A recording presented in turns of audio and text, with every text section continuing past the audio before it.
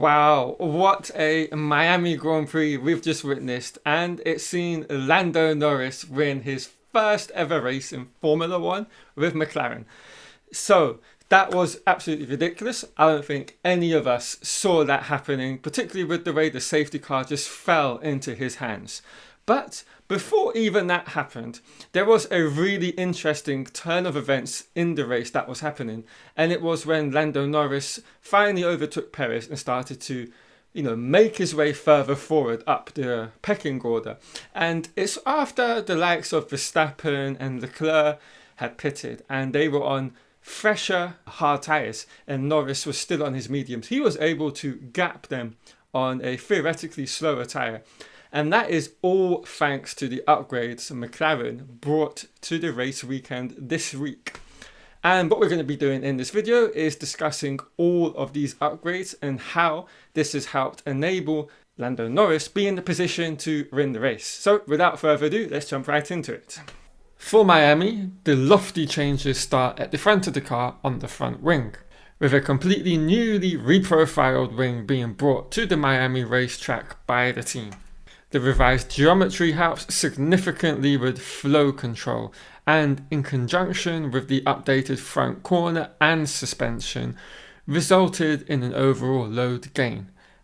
And this is the case with every single Formula One car. The front wing is the first point of impact when it comes to airflow, and so if you make a change on the front wing, a lot of time and consideration and effort has to be put into what happens further on back down the vehicle. So of course, alongside this change with the front wing, they've made changes to the front suspension as well as to the brake ducts and the winglet around the brake duct. And all these changes around the front suspension, the brake ducts and winglet have all been made in order to help guide and support the improvement in airflow control. To further illustrate this, there's a picture on screen now of the pre-Miami and post-Miami upgrades on the front suspension. As you can see, there's quite a few differences that can be found from the two pictures, and these have all been made to help, as I've just said, accommodate the improvement in airflow and guiding it. Of course, all these changes aren't going to add up to a big effect unless the airflow, which has been now conditioned, does what it needs to do with the floor, and more importantly than the floor, the underfloor, which we actually obviously can't really see from any of the pictures and most likely won't. The only change that we can visibly see is the actual changes to the floor edge on the car, and that's been highlighted in blue on the screen now. And the team have stated that the whole floor has been revised in order to help increase the overall load in all conditions. Alongside this, massive changes have been made to the side pod across a multitude of areas. These include the side pod inlet and the accompanying overbite on it, the undercut and water slides. Starting at the side pod inlet, the shape has undergone changes, with it now being optimized around the change in onset flow of air arriving towards it. The inlet has been widened and simultaneously shortened at the same time with this upgrade, and alongside this change, the overbite that the team have adopted for this season has also seen an alteration made as well. Further back, the undercut on the side pod has been reprofiled much more aggressively now. Not too dissimilar to the way in which the Mercedes W14 looked last season after their upgrade in the Monaco Grand Prix. The angle from the above picture perfectly illustrates the reprofiling made to the side pod as well, from a multitude of angles and areas.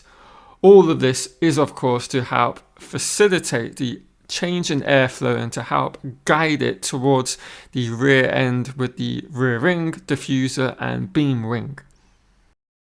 And finally, a new low downforce beam ring was installed on the rear end as well as changes to the rear corner aerodynamics.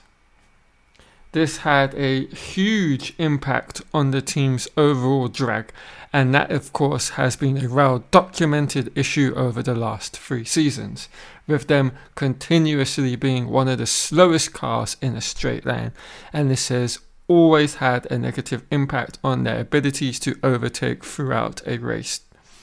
Now, with these changes across all of the MCL38, it appears, at least on a very small sample size that we took from qualifying, they have rectified this issue, as can be seen on the screen right now.